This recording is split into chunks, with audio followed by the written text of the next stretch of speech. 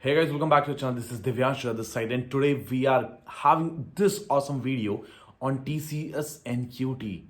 Now, what we are going to discuss about this particular video. So, in this particular video, we are discussing about how should you crack the TCS and QT, and what are the procedures for that. I'll just give a brief description of how to just go to that TCS and QT, and then how should you crack the particular interview for TCS and QT. I have already cleared the TCS in QT and digital when I was like studying. So I would be the better person to make you understand about it. And of course, there are a lot of people around me that who are actually clearing the TCS and QT. So I would be telling you the exact strategy to clear TCS and QT. So the first thing before the interview, what is happening? So in that online test, you will be given the basic problems on reasoning, verbal ability, aptitude, sometimes a bit of technical questions related to output questions, output based questions on Java and like operating system and DBMS. Apart from that, you will be getting two coding questions that will be, I would say, easy one, usually from strings and arrays. So I would prefer that you should go with the practice of strings and array if you want to clear the online test. Now, what the most important thing that you have to keep in mind while giving the online test is that you have to manage your time. Like in which time period you have to complete the particular section, you have to manage that. Okay, that is the most important thing. Now, moving on to the interview round, what you have to do in order to clear the interview, in order to crack the TCS and QT. This is the actual content of this video that I'm going to explain to you all.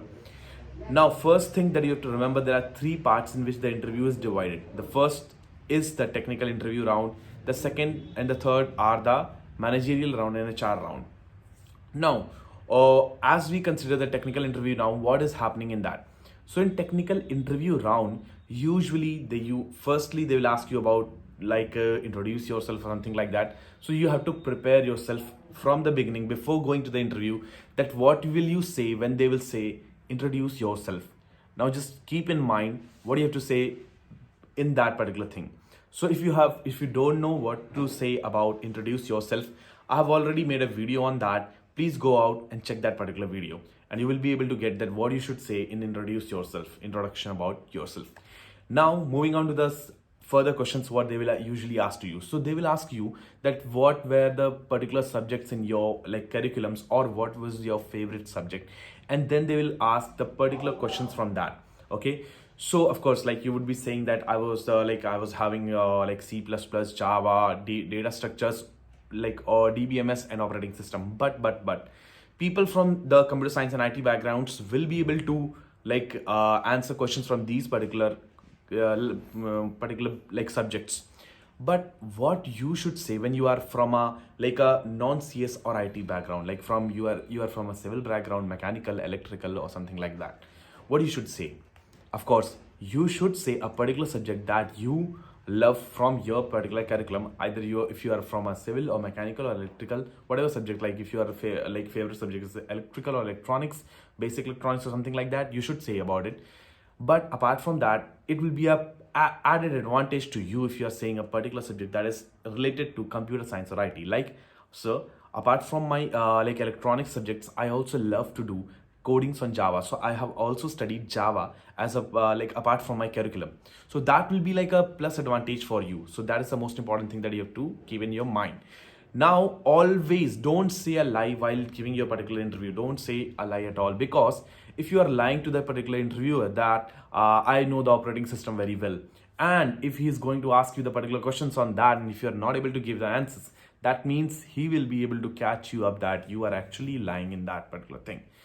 Now, apart from that, moving further, apart from these questions, what other questions more can be asked to you? So questions from basic concepts like object-oriented programming and basic concepts of a particular language that you will be telling will be asked. Like if they are asking that what particular language do you love from C++, Java, Python, you should say any one language that you are perfectly okay with it. And it is not required to learn the core concepts more and more, but the basic concepts at least, like what are data types, what are variables, what is polymorphism, what is encapsulation, what is inheritance. I mean to say the basics of a particular programming language and the OOPS concepts. These are the most important two things that you should remember. Now moving further, as we move further with the other things, the most important one thing that would be added to your interview would be the project. So what you have to do is that if you are from any particular background, try to make a small, even if it's of 200 or 100 lines of code also, it's okay. If you are making a project of object-oriented programming also, then also it's okay. But I would say, please prepare a particular project that is related to CS or IT. Are you getting it? I am actually telling to you all, the people from non-CS or IT backgrounds. Are you getting, my friends? So you have to remember this, that you have to prepare on that particular topic. Now, your interview round will be clear with all these stuffs.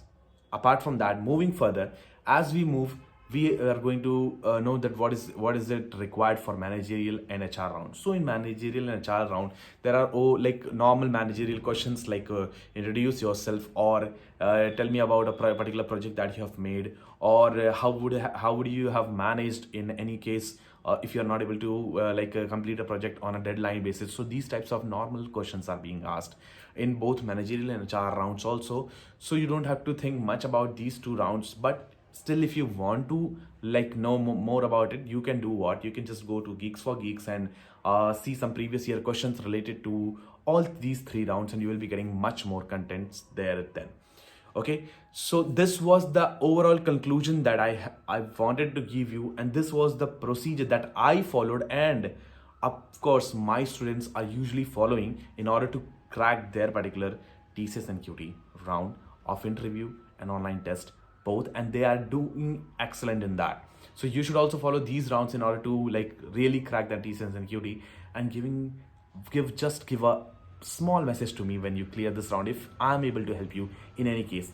Do share this particular video, do like this video if you really liked it, and apart from that, I will be uploading daily contents on this particular my channel, and there are more and more contents on how to do a particular code, or how to do a particular coding stuffs related to learning, related to some knowledge based questions on interview, how to crack a particular interview, or maybe a course or something like that are going to come on this particular channel. So be connected on Devyansh Ojha channel, and till then, be happy, be safe. Jai Hind.